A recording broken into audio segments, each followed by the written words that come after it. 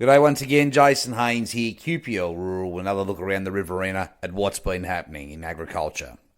Well, certainly it's getting closer now. Christmas is only just around the corner. Harvest is wound up, but I still see down south around that Finley area, there's a number of crops there that haven't been harvested, but certainly right into Victoria there, it's still well underway. Speaking to some people there from Horsham there during the week, they've been lucky enough to get a decent harvest this year, but unfortunately further north you go, the worse it gets, as per expected. The hay market does remain strong, but there is a lot of product around, and certainly an awful lot more straw this year than what we've seen in the past. In water markets this week, well, it is regaining a bit of strength there after that intervalley trade between the Murrumbidgee and the Murray there. But that is hotting up as people are securing their position across that summer period, especially with the break coming up. Murrumbidgee internal water has been trading as low as $710 a megalitre. It is quoted there at $740 at the moment, but it is, and I do believe it is still strengthening at the moment.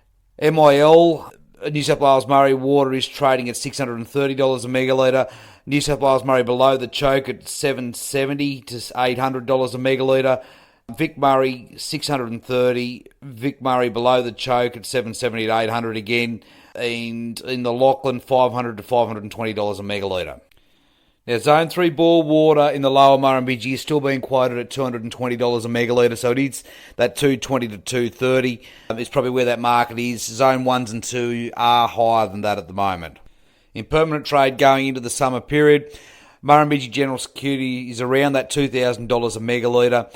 Supplementary water is quoted at $850, and we are getting a few trades away at that $850 at the moment.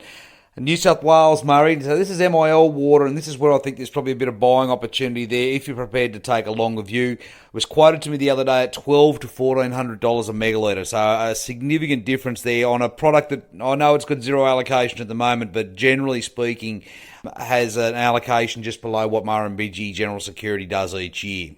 So still on the books at the moment, I do have some mid-Murrumbidgee temporary bore water. We've got up to 800 megs of that to move, so if you're looking for some mid-Murrumbidgee bore water, give us a call there, please. Also got some permanent water down in Victoria. We've got some Zone 6 and Zone 7 bore water and some Zone 10. And funnily enough, also do have some access to some Murrumbidgee, I'm going to call this ultra-high security water, but it is town supply water.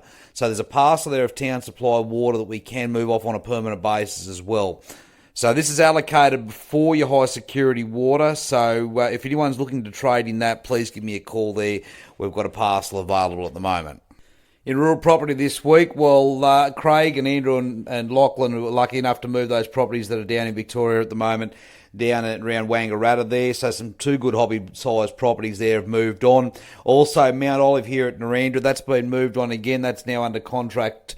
So that was a very good sale and quick turnaround there. And back a bit closer to Narendra, certainly I've been involved in a bit of tossing around with dairies down at Finley, and certainly looking at some irrigation space there in the lower Murrumbidgee as people look to secure that forward production. So what I have been involved in the last few weeks is a number of suppliers or number of business owners in the area really looking seriously at their business, drought conditions, the way forward, interest rates, really weighing up and looking at their business. How can they value add what they're doing? Do they need to shift assets sideways? Do they need to reconfigure what they're doing to move their assets into a higher return type bracket? And it is a good time of year to really look at those things, weigh up your options. Do we look at leasing a block out? Do we look at buying another block? How do we secure our land production going forward? All those sorts of questions. Certainly people looking to strengthen their businesses in the face of the ongoing drought and the opportunities that might be out there with things like the red meat industry looking like it's going to be super strong there for the next few years. What this period is doing is certainly making people look at their businesses, reevaluate things, and they're going to come out of this with much stronger, more efficient businesses going forward.